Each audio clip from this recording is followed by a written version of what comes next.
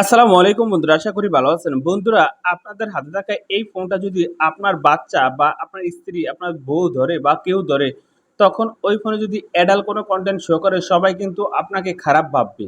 তো আপনার ফ্যামিলির সাথে যদি আপনি ভালো বন্ডিং রাখতে চান, অবশ্যই আপনার ফোনে একটা সেটিং করে দিবেন। তারপরে কিন্তু আপনার ফোনে আর অ্যাডাল্ট কোনো কনটেন্ট আসবে না। তো এখন আপনার ফোনে এই সেটিংসটা কিভাবে করবেন? এই সেটিংসটা করতে চাইলে অবশ্যই এই ভিডিওটা প্রথম থেকে শেষ পর্যন্ত দেখবেন। তো আপনারা দেখছেন অ্যান্ড্রয়েড টেক ভিডিও, আমি শরীফ। আসুন বন্ধুরা, এনে করে শুরু করা যাক আজকের মূল ভিডিওটা। তো আপনার এখন ফোনে এই সেটিংসটা করতে চাইলে আপনার ফোনের সেটিংসে ঢুকবেন। এই ফোনের সেটিংসে ঢুকবেন। তারপরে আপনি কি করবেন? আপনার ফোনে এই যে দেখেন কন্টাক্ট অ্যান্ড শেয়ার, আপনি কন্টাক্ট অ্যান্ড শেয়ারে ঢুকবেন। তারপরে এই যে এখানে দেখেন প্রাইভেট ডিএনএস, এই প্রাইভেট ডিএনএসে ঢুকবেন।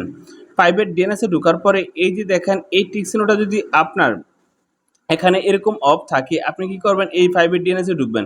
প্রাইভেট ডিএনএসে ঢোকার পরে এই যে দেখেন এই টিক চিহ্নটা আপনি এখানে দিয়ে দিবেন। এখানে দেওয়ার পরে এই দেখেন ডিএনএস অ্যাড্রেস, এই ডিএনএস অ্যাড্রেসে চাপ দিবেন। এখানে চাপ দেওয়ার পরে এই যে এখানে দেখেন dns@guard.com, এটি এই লেখাটা লিখে আপনি এখানে সেভ করে দিবেন।